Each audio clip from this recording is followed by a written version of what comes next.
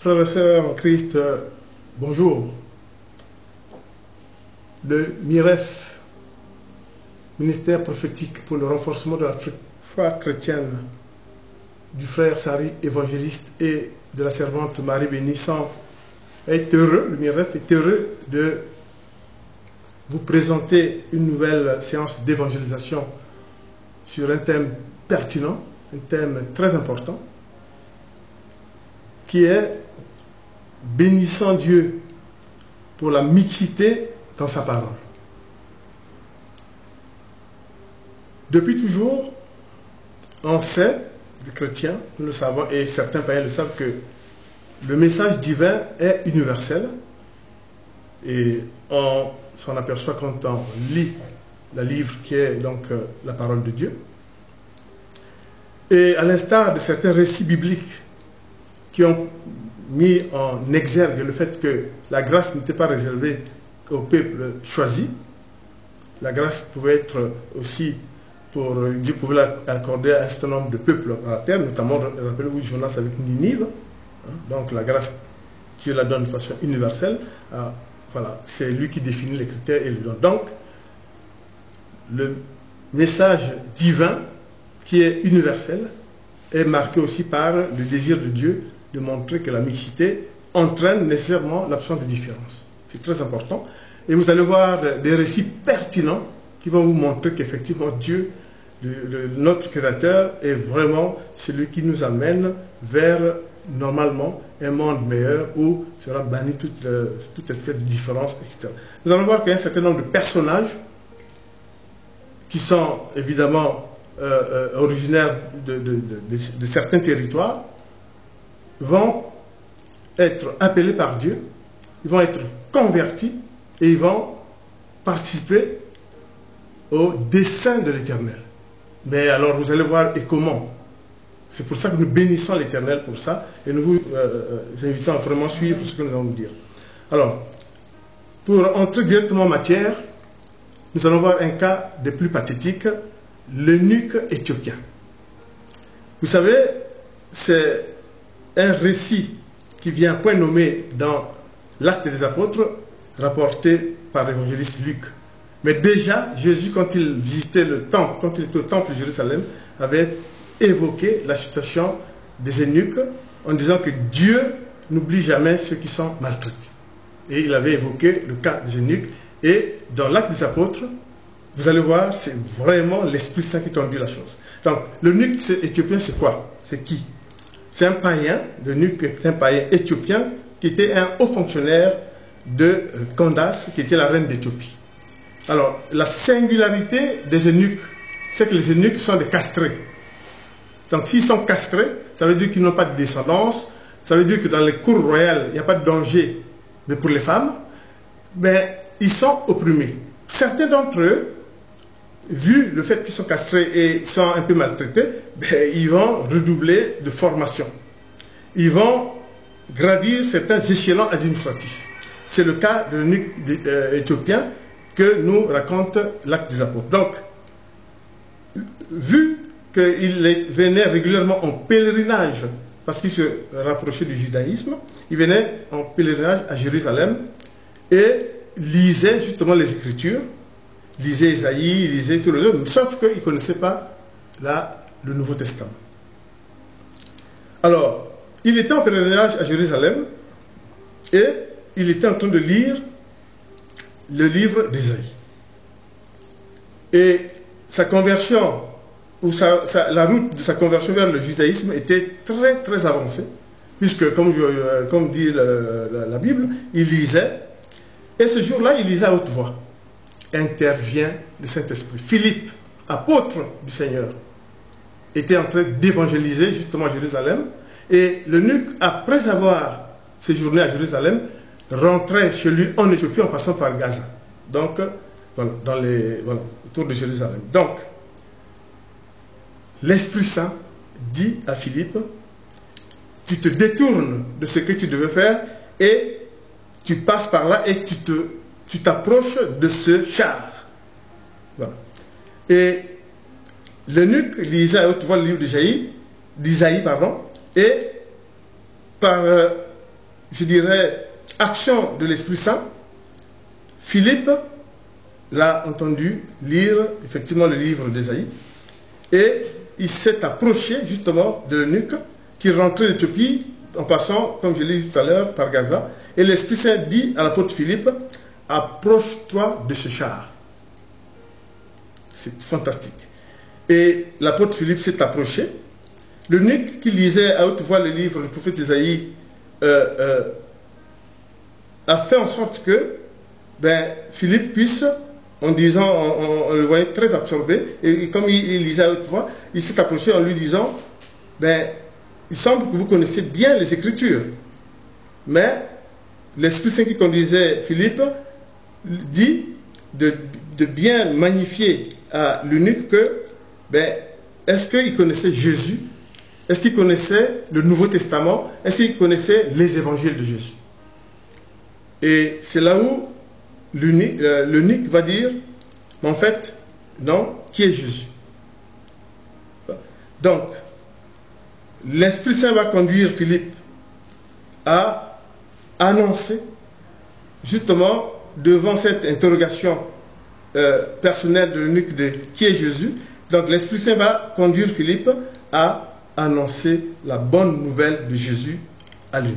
Il a pris l'évangile dans la joie puisque Philippe a profité, comme disent les Actes des Apôtres, pour évangéliser l'eunuque en lui disant, voilà, les évangiles, c'est Jésus, fils de Dieu. Et que l'eunuque ne connaissait pas qu'il y avait un fils de Dieu puisque jusqu'à présent, il se rapprochait plutôt du judaïsme, il ne connaissait pas. Il a dit, et Philippe, par l'action de l'Esprit Saint, lui dit que l'évangile, c'est la bonne nouvelle de Jésus.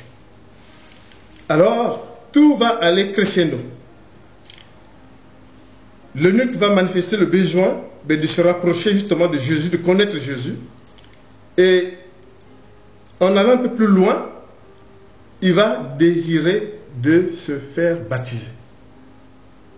Donc vous avez vu le cheminement. On lui fait découvrir la bonne nouvelle, les évangiles du Christ. Et il fait un pas supplémentaire, c'est il veut se faire baptiser. Et comme l'Esprit Saint organise tout, et en lisant, vous allez voir que jaillit, voilà, comme on dit, je dirais, de l'eau pure, stationnée, qui permettait effectivement de baptiser par l'action de l'Esprit Saint. Vous avez vu que vraiment tout est organisé par Dieu. Lisez l'Acte des Apôtres, vous allez voir que c'est vraiment pathétique. Voilà, il y a de l'eau et comme dit l'Acte des Apôtres, jaillit de façon mystérieuse, avec de l'eau jaillit de façon mystérieuse. Philippe va baptiser l'eunuque qui reconnaît Jésus, fils de Dieu, son Seigneur et son Sauveur. Béni soit l'Éternel. Voilà. L'eunuque est venu à la rencontre de Jésus et devient un envoyé de Dieu vers son propre peuple. Voilà.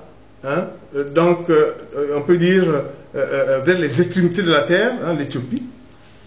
Et cela sous l'autorité du Seigneur. C'est très important. Donc, un envoyé de Dieu qui s'est fait baptiser, il reconnaît en Jésus son Seigneur et son Sauveur, et il est baptisé et devient l'envoyé de Dieu vers ces contrées, sous l'autorité de Jésus. Et cela montre que déjà l'Église corps de Christ va s'étendre de façon planétaire, là pour le cas d'espèce en Afrique, mais au-delà aussi, puisque nous savons que d'autres apôtres vont aller vers l'Inde, donc on peut dire que c'est déjà un des aspects de l'universalité de la parole de Dieu et déjà de l'extension de l'Église corps de Christ et de façon vraiment probante par l'action de l'Esprit Saint, bien sûr sous l'égide de l'Éternel. Donc cela montre le caractère universel de la conversion envers Jésus. Paul confirme cette conversion de l'eunuque dans Galates 3, verset 38. qu'est-ce qu'il dit? Il dit, Dieu a fait naître d'un seul homme, Adam, toutes les nations.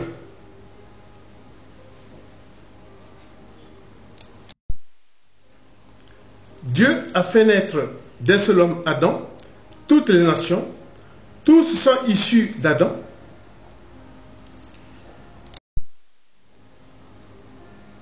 Donc, d'un seul homme, Adam, toutes les nations, tous sont issus de Adam. Donc, par cela, comme dit Paul, il y a rejet de toute forme de racisme dans l'Église et dans le christianisme. Voilà, c'est Galates 3, verset 38. Et cela vient confirmer la conversion de l'eunuque.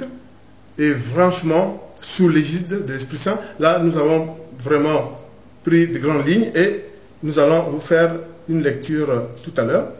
L'épilogue, c'est quoi? C'est que l'eunuque va retourner en Éthiopie et on sait, même si l'acte des apôtres ne va pas jusque là-bas, bien sûr, on sait qu'il est reparti dans son pays, il a pris part au dessein de Dieu dans ces contrées-là pour l'expansion de l'Église et on sait aussi que les églises orthodoxes de ces contrées-là ont souvent cité l'action de cet eunuque-là qui était baptisé par l'apôtre Philippe et citait comme quoi c'était vraiment de l'action de l'Éternel dans ces contrées-là. Donc, Dieu suscite des conversions parmi ceux qu'on exclut. L'eunuque, comme je vous l'ai dit, c'est une personne brimée, castrée, pas de femme, pas de descendance. Mais voilà, aujourd'hui, Dieu le choisit et il est parti propager la parole de Dieu. Béni soit l'Éternel. Je vais vous faire donc une première lecture. Actes des apôtres 8 à 29, 31, 34 à 35, 37 à 38. Il se leva et partit. Or, un eunuque éthiopien, haut fonctionnaire de Candace, la reine d'Éthiopie, et administrateur de tous ses trésors, était venu à Jérusalem pour adorer. Il repartait assis sur son char et lisait le prophète Ésaïe. L'Esprit dit à Philippe, avance, approche-toi de ce char. 31, l'homme répondit, comment le pourrais-je, en parlant de Jésus, si personne ne me l'explique. Et invita Philippe à monter et s'asseoir avec lui. L'eunuque dit à Philippe, je t'en prie, à propos de qui le prophète Ésaïe dit-il cela? Est-ce à propos de lui-même ou de quelqu'un d'autre? Alors Philippe prit la parole et en partant de ce texte de l'Écriture, il lui annonça la bonne nouvelle de Jésus. Philippe dit, si tu crois de tout ton cœur, cela est possible. L'eunuque répondit, je crois que Jésus-Christ est le Fils de Dieu. Il fit arrêter le char.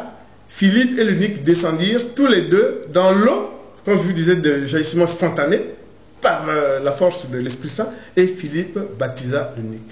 Béni soit l'Éternel.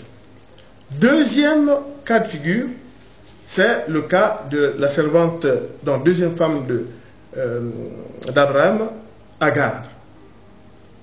Bon, c'est aussi, comme vous le savez, des femmes, on peut dire, esclaves égyptiennes, hein, qui donc étaient servantes de Sarah, et à un moment donné, vu le fait que Sarah n'avait pas été entre guillemets stérile en attendant que la décision de Dieu, donc Sarah avait suggéré à ce que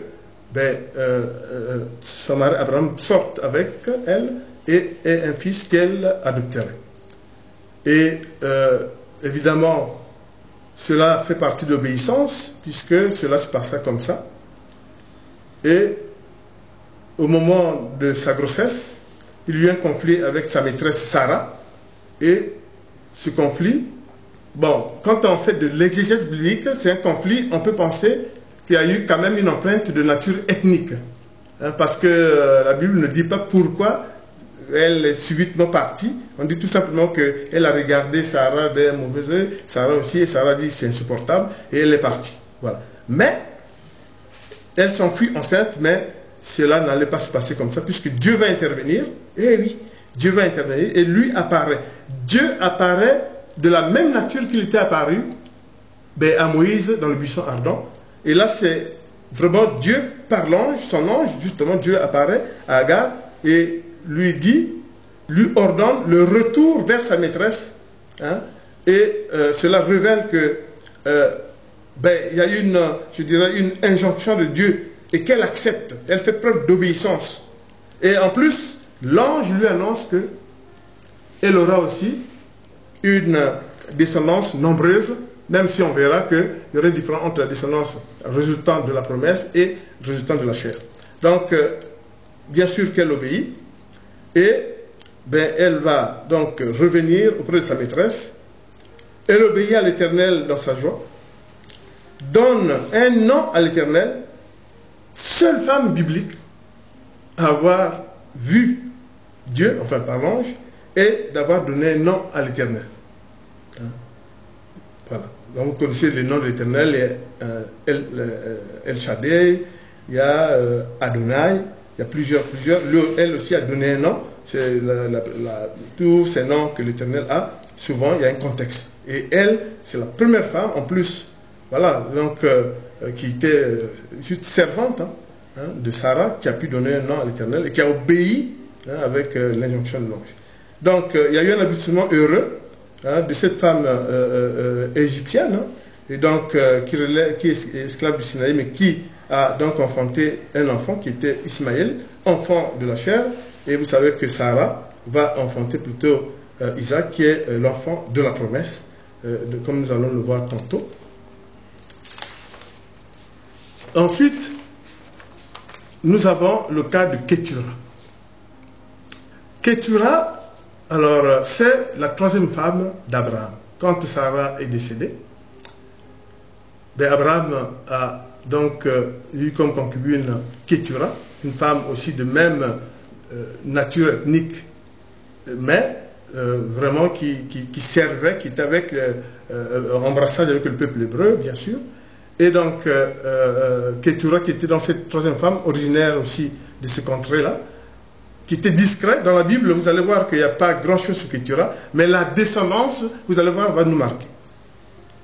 Donc, Abraham officialise l'union après la mort de Sarah, après la mort d'Agar, a eu 6 fils avec Kétura, et dont le fils qui s'appelait Madian.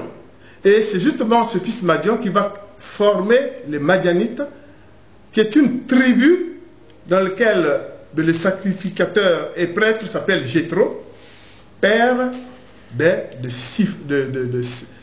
Séphora, qui sera qui? Qui sera la femme d'Abraham. Vous avez vu vraiment le timing de l'Éternel. Voilà. Kétura a 6 fils, parmi les fils il y a Madian, et les Madians là, ils vont s'installer à un endroit qu'on appelle la tribu des Madianites, et dans cette tribu des Madianites, qui en est le sacrificateur et prêtre? C'est Jéthro, et qui a comme fils qui? Séphora, et qui va être l'épouse de qui? De Moïse. Béni soit l'Éternel dans ce timing. Quand je lis tout ça, franchement, Dieu est grand. Alors, il n'y a pas que ça. Séphora, le Jéthro, qui est le père Séphora, on le sait maintenant par l'exégèse biblique, va parler à sa fille, justement, du peuple hébreu et de l'union qui lie Dieu à Abraham, qui est basée sur la circoncision.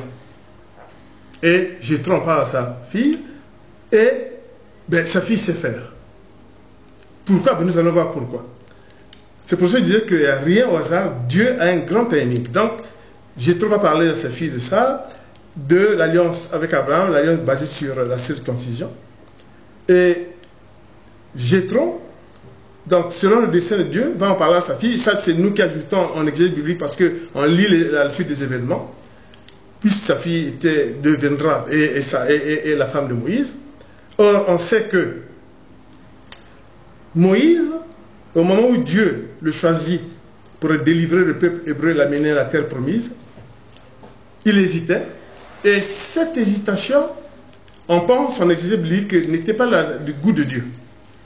Parce que Dieu a beau répéter, ne crains rien, je serai avec toi. Dieu a même appelé Aaron pour qu'il soit avec les deux. Mais Dieu notait que vraiment, il ne fallait pas que s'il désigne Moïse et qu'ensuite il y ait comme un projet qui peut capoter. Et donc, le Seigneur a tout organisé. Et au moment où, une nuit, Moïse pensait que, bon, il y a l'accord de Dieu, Dieu allait le tuer.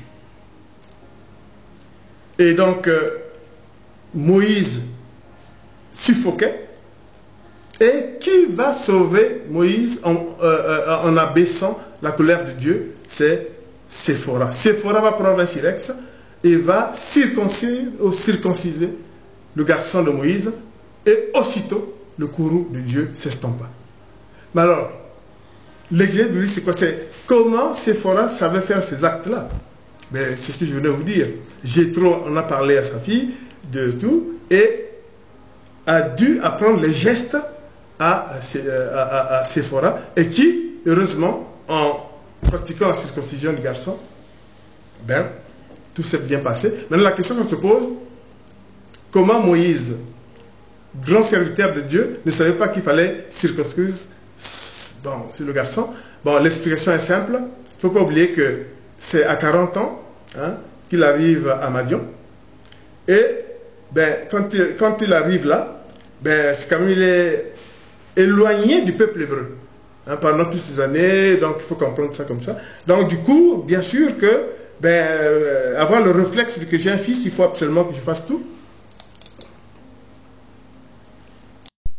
Donc en reprenant cet aspect, c'est pour dire que, évidemment, après 40 ans, bon, ça a pu être humain qu'il n'a pas songé à ça, et c'est Séphora, sa femme, qui ayant appris tout cela de son père Jéthro, a eu donc à apaiser effectivement le courroux de Dieu par rapport à Moïse. Et la prophétesse va donc faire la deuxième lecture. Je lis la parole de Dieu, Genèse 16, versets 8, 9 et 13. Je lis la parole de Dieu.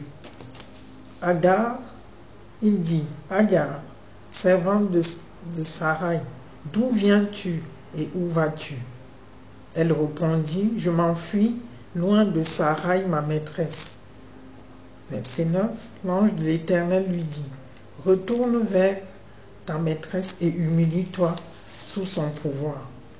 Verset 13, elle donna à l'Éternel qui lui avait parlé le nom d'Ata El-Roi. Car elle dit, ai-je vu ici la trace de celui qui me voit? Tout. Genèse verset 25, 1 à 2. Je lis la parole de Dieu. Verset 1. Abraham prit encore une femme au nom de Kétura.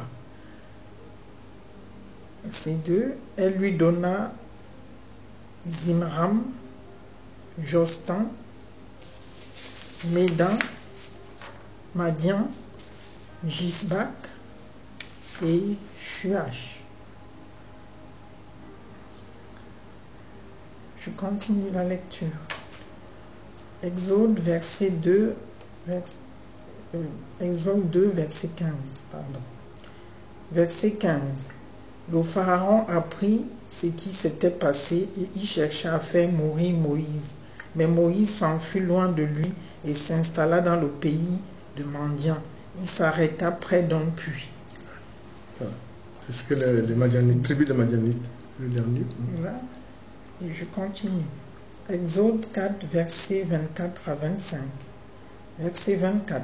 Pendant le voyage, à l'endroit où il passait la nuit, l'Éternel l'attaqua et cherchait à le faire mourir. Verset 25. Séphora prit une pierre tranchante, coupa le prépuce de son fils et le jeta aux pieds de Moïse en disant, tu es pour moi un mari de sang. Verset 26. Alors l'Éternel le laissa.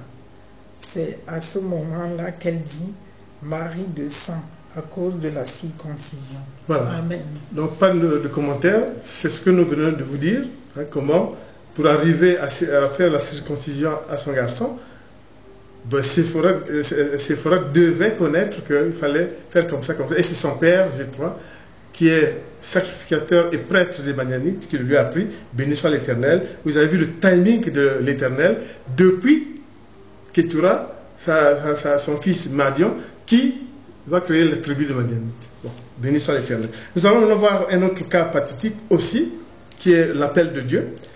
La reine de Saba, c'est un récit qui apparaît dans la Bible. Beaucoup de personnalités et de chrétiens, même de curieux, demandent pourquoi c'est dans la Bible. C'est tout simplement le fait que Dieu est supérieur à toute divinité. Il n'y a qu'un seul Dieu, l'Éternel. Alors, la reine de Saba, qui était une reine qui avait ses divinités, qui avait sa cour, entendu parler effectivement du succès de Salomon, qui avait son Dieu, le Dieu que nous connaissons actuellement, qu'elle a entendu parler que par le fait que un de ses serviteurs, le roi Salomon, avait une intelligence hors pair et qu'elle a senti le besoin d'aller franchement se convertir en ce Dieu, mais elle ne pouvait se convertir si elle n'allait pas voir de ses propres yeux, et elle quitta effectivement son pays pour un voyage à dos de chameau dans le sable avec toute sa cour pendant 2 mois, 2 mois aller, 2 mois retour. Il faut le faire. Et donc pour un but, c'était quoi? Mais aller effectivement voir le serviteur du Dieu d'Abraham, d'Isaac et de Jacob. Comment cela fait-il que sur terre, en dehors de ce qu'elle connaissait, qu'il y ait notre Dieu aussi puissant qui donne tout ça à un serviteur? Donc elle arriva et donc rencontra Salomon, et malgré effectivement ce qu'elle avait entendu parler, mais elle fut étonnée elle-même de la puissance de Salomon, de comment était organisée la cour et comment Salomon construisait effectivement le temple, donc la maison de l'Éternel. Et elle fut tellement,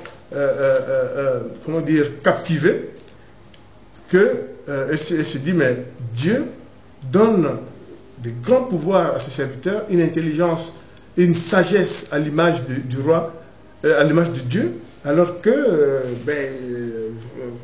elle qui venait de cette divinité n'avait pas le même pouvoir, la même intelligence et la même sagesse. Surtout que la sagesse de Salomon était vraiment allée mondialement citée. Donc, par la notoriété acquise par Salomon, l'Éternel était effectivement cité et adoré par de nombreux peuples sur la terre. Donc, la reine vit cela de ses propres yeux et elle se dit, mais je ne pouvais pas terminer ma conversion si je n'étais pas venu moi-même voir comment cela se faisait en concret par son serviteur, le roi Salomon. Et elle dit, ton Dieu, c'est mon Dieu. Très important. Et en disant cela, elle offrit des cadeaux bien sûr, quand je dis cadeaux, il y a de l'or, etc., pour la construction de la maison de l'Éternel. Oui, elle quitte son pays, elle vient, elle dit une parole forte, je ne pouvais pas décider de me convertir tant que je n'avais pas vu. Ça veut dire quoi? Ça veut dire qu'elle est déjà convertie à moitié, elle se convertit totalement en voyant Salomon, et la preuve c'est qu'elle donne des cadeaux pour la construction du temple de l'Éternel. Et c'est Jésus qui va nous dire, effectivement, quand Jésus, confronté à la jeunesse de Nazareth, il va dire, la reine Saba viendra au jugement dernier, elle qui était venue pour rencontrer Salomon et se convertir. Et à ce moment-là, vous verrez que il y a plus que Salomon, il y a Jésus. Donc la jeunesse de Nazareth, qui ne suivait pas vraiment les enseignements de Jésus, Jésus dit, et pourtant, vous avez eu plus que les serviteurs habituels, vous avez Jésus qui lui-même faisait les prédications, et la reine de Saba viendra au jugement dernier pour effectivement être là témoin, pour fustiger justement cette jeunesse qui était inconsciente et ne suivait pas les prédications de Jésus. Ils ont eu plus que... ils aspiraient à voir qui plus que Jésus. Donc là, pour vous dire que c'est Jésus qui confirme et entérine la conversion de la reine Saba en Dieu d'Abraham, d'Isaac et de Jacob. Donc je vais lire en troisième lecture. Avant cela, je vais juste dire que il y a plusieurs points avant de faire la lecture que je souhaiterais mettre justement à votre attention. C'est que la Bible insiste, puisqu'il rapporte que la reine de Saba était hors d'elle-même par tout ce qu'elle voit, tellement il y avait la différence avec ses propres divinités et comment était organisé son palais, sa cour, etc. Et ce qui apparaît aussi, et le message que nous devons vous donner de la part de l'Esprit Saint, c'est qu'elle se convertit sous forme de questionnement. Je ne pouvais achever de croire tant que je n'étais pas venu moi-même voir de mes propres yeux. C'est très important. Hein? Donc c'est aussi bien se convertir par un questionnement. Hein? Il a vu et se convertir. Sa conversion en disant « Béni soit l'Éternel ton Dieu, en qui je me reconnais ». Voilà la parole de la reine de Saba. En qui je me reconnais. Elle se convertit elle-même et rentre chez elle. Voilà. Donc, je lis en troisième lecture, deuxième livre de Chroniques 9, 5 à 8. Et dit au roi Salomon, c'était donc vrai ce que j'ai appris dans mon pays au sujet de ta situation et de ta sagesse. Je ne le croyais pas avant de venir et de le voir de mes yeux. Et s'il ne m'avait même pas raconté, ne m'avait pas même raconté la moitié de la grandeur de ta sagesse. Tu surpasses ce que j'avais appris par la rumeur. Heureux tes hommes, heureux tes serviteurs, puisqu'ils sont constamment devant toi et peuvent bénéficier de ta sagesse. Béni soit l'Éternel ton Dieu, qui t'a choisi pour te placer sur son trône comme roi pour l'Éternel, ton Dieu. C'est parce que ton Dieu aime Israël et veut le faire subsister éternellement qu'il t'a établi roi sur lui pour que tu exerces le droit et la justice. Et puis Luc 11, 31 à 32, c'est quand Jésus dit, lors du jugement, la reine de Midi se lèvera avec les hommes de cette génération de Jérusalem et les condamnera parce qu'elle est venue des extrémités de la terre pour entendre la sagesse de Salomon. Or, ici, il y a plus que Salomon, il y a Jésus. Lors du jugement, les habitants de Ninive se lèveront avec cette génération et la condamneront parce qu'ils ont changé d'attitude à la prédication de Jonas. Or, il y a plus que Jonas, il y a Jésus. Béni soit l'Éternel. Alors, nous allons voir encore un récit pathétique, franchement, qui est du timing de l'Éternel.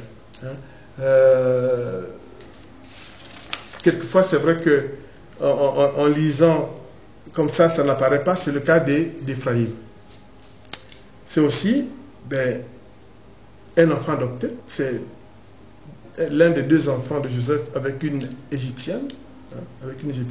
Il a eu deux enfants, justement Manassé et Éphraïm. Et Jacob, qui était devenu aveugle, va donc adopter les deux enfants. Mais nous allons voir la préférence de l'Éternel et justement par Jacob, ce sera Éphraïm. Et pourquoi? Nous allons le voir. Et donc je disais que Jacob va les adopter. La révélation de Dieu est faite à Jacob, vieux aveugle, et se tournant vers l'avenir pour voir comment il va laisser les choses. Il va donc procéder à la bénédiction des deux enfants de Joseph, que lui, il adopte. Donc il va les bénir, étant déjà vieux, et l'envoyer. Jacob, qui adopte ces deux enfants, le dit à Joseph. Joseph va donc porter les enfants, amener les enfants pour la bénédiction. Il va placer donc Manassé à droite et Éphraïm à gauche, pour être béni par Jacob, qui ne voit pas. Dieu intervient. Voilà, Dieu intervient. Pourquoi? Parce que la bénédiction, la force d'une bénédiction, c'est la main droite. Béni soit l'Éternel. Et vous avez vu que Joseph a placé Manassé à droite et l'autre à gauche. Donc, logiquement, la main droite devait bénir qui? Devait bénir Manassé et pas Éphraïm. Donc, Dieu intervient pour que, selon ce qui est prévu par le plan de Dieu, Éphraïm reçoive la bénédiction de la main droite de Jacob. Jacob croise ses bras au moment de la bénédiction et confirme à Joseph, leur père, telle est la décision de l'Éternel. Le frère cadet est placé devant l'aîné. Le nouveau compte plus que l'ancien. Éphraïm est béni. Éphraïm veut dire celui qui donne du fruit, celui qui est fécond. Et Dieu aime les féconds. Dieu aime ceux qui sont actifs. Dieu n'aime pas ceux qui s'arrêtent sur les biens matériels, sur la prospérité. Il aime ce qui est fécond, ce qui produit, ce qui donne du fruit. Tel l'Ancien Testament avec le Nouveau. C'est pour ça que vous avez vu que Dieu a annoncé le Nouveau et le Nouveau est apporté par Jésus. C'est toujours été comme ça. Jean le Baptiste va annoncer Jésus, etc. Nous aurons une évangélisation sur ça, nous verrons. Mais pour le cas d'Éphraïm, celui qui donne du fruit, et c'est sur lui que la forte bénédiction, la puissante bénédiction est donnée par rapport à Manassé. Éphraïm, qui est fécond, donc Dieu bénit ceux qui sont féconds, je venais de le dire, et ceux qui sont actifs. Il place ce qui est nouveau, bien sûr, par sa main droite posée sur Éphraïm, Dieu proclame qu'il est le rempart, qu'il est le rempart contre l'envie de la futilité, contre le matérialisme, contre, je dirais même aussi, la prospérité, puisqu'on sait que Manassé, c'était le contraire. Allez lire la parole et vous verrez que Manassé, c'était le contraire. Dieu a fait son choix. C'est pour les serviteurs de Dieu, je vous le dis, par Éphraïm, Dieu veut dire quoi? Veut dire qu'il est pour ceux qui vont à l'essentiel, contre ceux qui ont les besoins du matériel, de la futilité, de la prospérité, etc. C'est ça le message de la bénédiction d'Éphraïm par rapport à Manassé. Bon, je me cadre uniquement sur la présente évangélisation. Éphraïm, amen, représente donc le casque du salut. Éphraïm représente le casque du salut, la signification de la main droite posée sur sa tête. C'est très important. Donc, souvent, vous voyez que Jésus descendra assis à la droite de Dieu. La droite symbolise la puissance de l'Éternel. Et je vous dis que le serviteur, vous devez le savoir, même qui vous imposer les mains, etc. Vous savez, vous devez le savoir aussi. Éphraïm, donc, représente le casque du salut. C'est la signification de la main droite posée sur sa tête, le casque de salut. La droite symbolise le côté puissant dans les Écritures saintes, vous devez le savoir. Donc, attention à tout ce que nous faisons. Serviteur de Dieu en étant fécond, par la conversion, comme Éphraïm, pour amener au Seigneur des brebis. Pourquoi Dieu dit que Éphraïm veut dire celui qui est fécond? Mais fécond, ça veut dire que il doit apporter des brebis au Seigneur. Donc, serviteur de Dieu, vous devez être comme Éphraïm, pour avoir le casque du salut et apporter des brebis à l'église Corps de Christ, apporter des brebis au Seigneur. Très important. Ça, vraiment, ça fait plaisir. Donc, Dieu place ce qui est nouveau sur l'ancien. Faites vraiment attention. Souvent, il n'abolit pas l'ancien, attention. Donc, présage de l'Ancien Testament par rapport au Nouveau Testament, la bonne nouvelle de Jésus, Fils de Dieu. Déjà, Dieu commençait à préparer le terrain. Comme Éphraïm, Dieu apprécie ceux qui œuvrent et croissent son Église. Ceux qui œuvrent et croissent son Église. Béni soit l'Éternel, vraiment, ceux qui œuvrent et croissent son Église. Et voilà, on peut aussi dire que ceux qui prêchent ce qui est utile, ce qui plaît à Dieu. Il faut prêcher ce qui est utile et ce qui plaît à Dieu pour grandir dans la sanctification. C'est très important. C'est l'effet Éphraïm. Ça, c'est le Miref. Ce n'est pas seulement de moi, beaucoup d'autres serviteurs l'ont utilisé. L'effet Éphraïm, c'est faire des prédications utiles, qui croissent l'Église, qui apportent à Dieu de nouvelles brebis. C'est l'effet Éphraïm. Béni soit l'Éternel. Donc, qu'est-ce que ça veut dire? Nous allons lire rapidement, donc, en quatrième lecture, ces aspects pour que vous sachiez l'effet Éphraïm. Genèse 41, 50 à 52. Avant les années de la famine, Joseph eut 2 fils que lui donna Anaste, fille de Potiphéra, le prêtre, voilà, le prêtre égyptien. Joseph appela l'aîné Manassé, car dit-il, Dieu m'a fait oublier toutes mes peines et toute ma famille. Et il appela le second Éphraïm, car Dieu, dit-il, Dieu m'a donné des enfants dans le pays de mon malheur. Genèse 48, 5, 14, 18, 19. Désormais, les 2 fils qui te sont nés en Égypte, avant mon arrivée vers toi en Égypte seront les miens. Ça, c'est Jacob. Ephraïm et Manassé seront mes fils, tout comme Ruben et Simeon. Donc, il va adopter Ephraïm et Manassé, le fils de Joseph, avec une Égyptienne.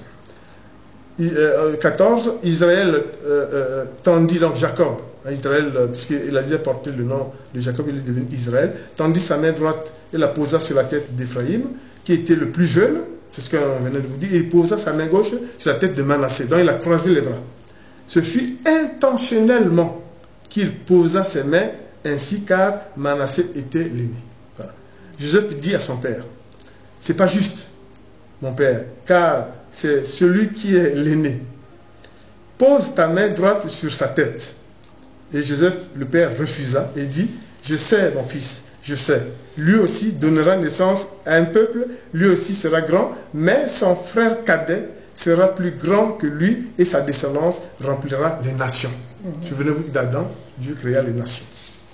Alors j'étais très heureux en présentant avec la prophétesse Marie Bénie cette prédication pour vous montrer qu'effectivement il y a la mixité est de Dieu. La mixité est dans les paroles de Dieu, puisque comme dit le Seigneur, d'un seul homme Adam, Dieu créa les nations. Et comme dit l'apôtre Paul, il n'y a ni esclave ni serviteur, il n'y a ni femme, enfant, il n'y a pas païen ou chrétien, il n'y a pas juif ou chrétien. Tous, vous êtes pareils, vous êtes des descendants d'Adam.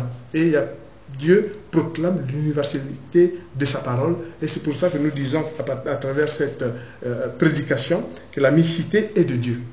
La mixité est de Dieu, c'est une parole du miracle. La mixité est de Dieu.